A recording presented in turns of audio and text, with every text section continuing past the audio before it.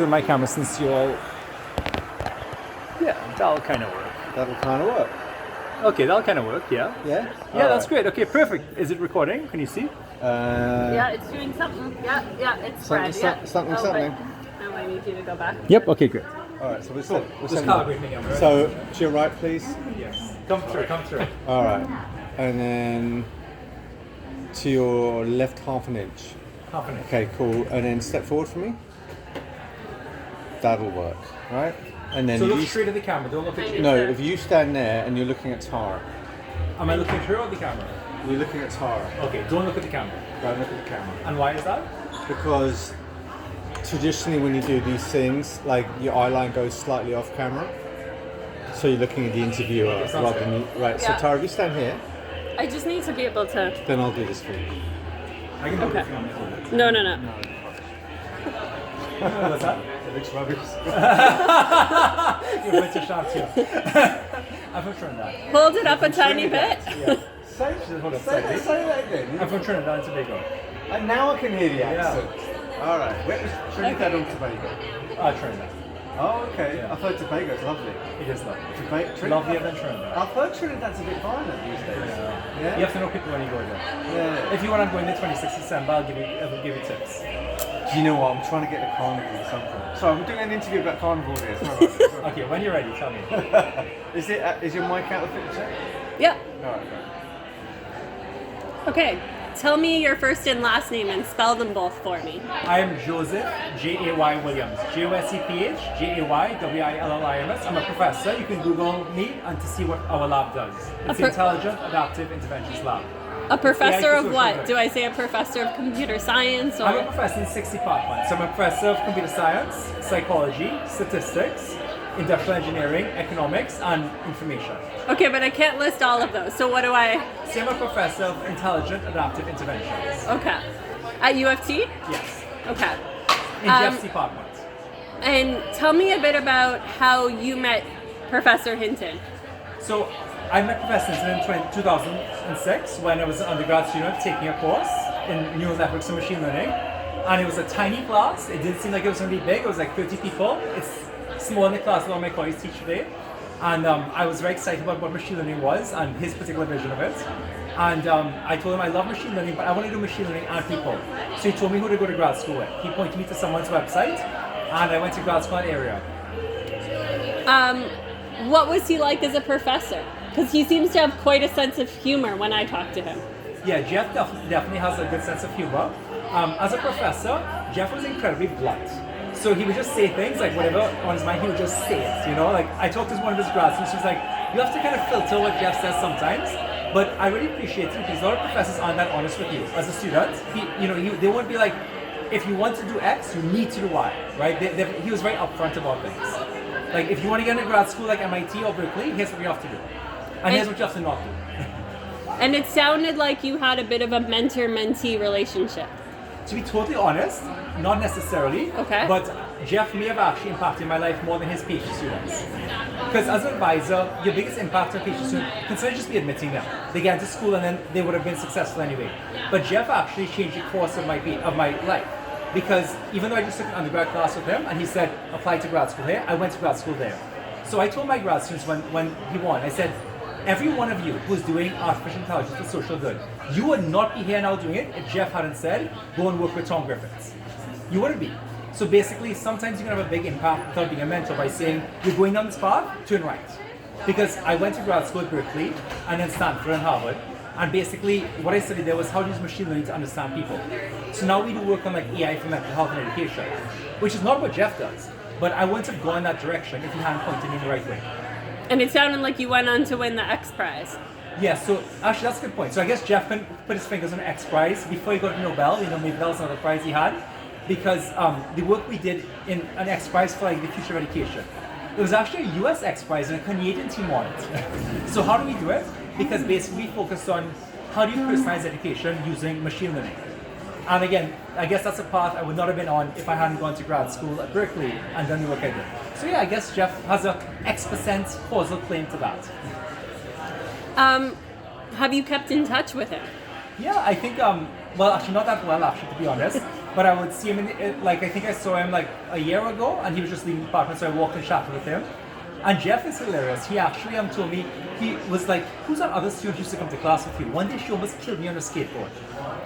And then he was like saying he doesn't like pictures because my students are very awe of him, so we're going to get a picture. But sadly for Jeff, the Nobel Prize has decimated his preference for pictures. Now he just gives in. So I guess he's a bit of a celebrity on campus. He is a celebrity. I think he's a reluctant celebrity. I don't think he's super happy about it because he just wants to hang out and chat with people, but then he's taking pictures all the time. Funny story, I'm not sure if I should say it, but let me say it. And you should definitely say it. Okay. Well, I mean, Jeff's famous now, so it's fine. But apparently he doesn't like the selfies, right? But apparently he was in a bank. And he said, well, you know, if you go and vote, then actually I'll let you take a selfie. And then he said it may have been a felony. Because I think as a foreign person, you're not allowed to get US people to vote. But that's a bit of Jeff's sense of humor.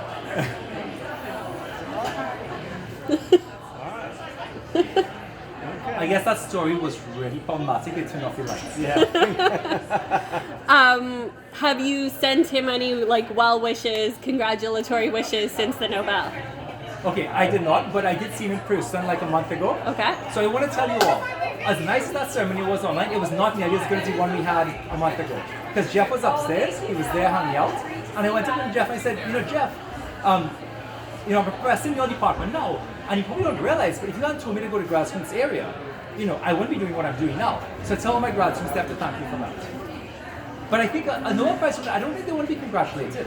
I think they want to just have someone treat them like a human being. So just going to say hi to Jeff and see how he's doing, I think that's what he appreciates more than anything else.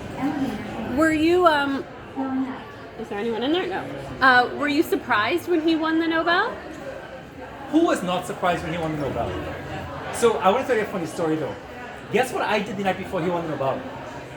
I've been telling people for years that we should help people win Nobel Prizes. In our department, Alan Astrid Music and Chemistry. One of my colleagues, Susan Athey at Stanford in Economics. Another colleague, Susan Murphy and Nina Deliu, Sophia Villar, Anna Heath in medicine. Because I focus on adaptive experiments. So in science, we run experiments, right? How do you speed them up? Machine learning lets you speed them up. But the machine learning doesn't do it correctly if you don't do proper statistics. So since 2020, we have a Google Doc in my lab saying, here's a step-by-step plan to help Susan Athey win a Nobel Prize in economics. So then once Alan asked me to go showed around, I said, let's help him. And so I've been telling my colleagues this, and they're like, this is too much, you're being excessive, it's ridiculous. And then I was like, I'm done with this crap. On Monday I taught from 3 to 5, and after that class I posted a LinkedIn and Facebook post. It said this. On Friday I'm giving a talk on Nobel Prize level research. Here's how AI for adaptive experiments is Nobel Prize level research. And I felt dumb doing it, but you know what happened Tuesday morning? I went to the gym, I opened my WhatsApp, and guess what I saw? Jeff won Nobel Prize in physics. One day later, one of my colleagues sent me a message, and he was a humble one. He said, Joseph, I take it back. Computer scientists can't win Nobel Prizes. What I hope my students take away from this is, when I've told this before, they're like, oh, whatever, healthy exaggeration and so on, but no, I want them to believe it. I don't care if you never win a Nobel Prize, but please, do something that matters that much. Work on science that's actually going to help millions of people. Work on research that's going to change how we do science. Help us run experiments differently. And that's what I really want for them. I want them to basically not think small, not just do what the person next to you is doing, but actually think big. What can you do by looking at what other people have done to emulate and improve? I'll give you a quote actually. Here's a really good quote from great Nobel Prize winners. If you want to be smart, it's actually very simple. Take what two smart people do and put it together. So many people don't do that. Everyone wants to invent their own theory, right? It's like a toothbrush. You don't want to use someone else's. But actually, it's very simple. Look at what people have done before and do it better. It's that simple, actually. But so many people won't do that. We all want to come up with this own crazy thing instead of just building on excellence. I should talk slower. I'm from Trinidad. If I'm talking fast, just say Obama. I have this blue suit because I speak fast, and Obama used to speak fast. He slowed down. Look where I got him. So in my class, students would regularly yell at Obama to slow me down. So I'll Obama myself. Obama. I'll speak I don't slower. have any other questions, but I'm curious about this T-shirt. Okay, this T-shirt. Okay, I will never win a Nobel Prize, but because I'm not in the right area. But I'm trying to help 3 of my colleagues win it. So this is basically a T-shirt my cousin got me for Christmas. It says, "Uncles get 9% of the benefit with 0.1% of the work." My goal is to help people win Nobel Prizes, and you know who helps me? I don't have to have children. I get 9% of the benefits of these 7 children from my nephews and nieces with 0.1% of the work, and that frees me up to do what? Science is going to help people succeed. It helps me do work in AI for mental health. You can use our apps right now, get text messages to be less stressed. It helps me do work in basically Instagram posts to help people learn more. And it's all because I don't have to have children. Thank you to everyone who's had these children, so I get the benefits of children without the cost, and I can do more science and help more people. So Joseph, just and speak to Yes. Tara on this one and Obama it. Obama, yes. Could you tell us one fact about Jeffrey Hinton that no one else knows? I could, but I'm not sure if I should say this on TV. I'm gonna go for it, okay? All right. I would. So, when I was in Jeff's class, right, he told me to apply these people for grad school, okay? And he said, here's the apply. He said, these people do this work. And I said, hey Jeff, will you write a letter for me? I said, no, I want you to write a strong letter for you. I said, really? He's like, yeah. I don't think you're gonna be good enough to get into grad school, these places. And then he said, right after that, he's like, but you know what, Joseph? If I'm wrong, you should have applied to grad school, these places. And then I was wrong, it helps you. But if I'm right, and you waste your time, it's not that big a deal, waste your time. So he both kind of gave me a strong push. I went home that day in my residence, I sat and said, I have to get my crap in order. If this guy doesn't know that I can do this, I have to get in order. And then basically, I got stuff in order. I got into MIT and Berkeley and other places. And then when Jeff saw me actually, first of all as grad students, did some damage. He said, Jeff says stuff randomly, don't take it too seriously, apply these places. But I have to say it was very good. Because here's the problem when you're young. You don't know where the bar is. And so you need someone to say, you are not good enough. You are not good enough, because here's the thing, then you can overshoot the bar. And so I feel good about that. Like, I'm glad Jeff said that to me, because it really propelled me to like work hard. In fact, Obama, in Trinidad we have a term called bad mind. Trinidad runs on bad mind. I'm from Trinidad. Bad mind is when someone says you can't do this and you want to do it more. So Jeff, thank you for the advice, for the direction, for giving me some bad mind. So I think no one knows about that because I never told anyone that story ever. I was a wait till I was famous. Last one, keep it running for this one. Ting-a-ling-a-ling. School bell ring. That's a trade I didn't say. Island credentials, man. Good job, man. Thank you. It's good, okay, Do great. you know the rest of it? Ting-a-ling, school bell ring, something in a ding. School bell ring, knife and fork, and fight for dumpling. Hey, wow, I'm spicy.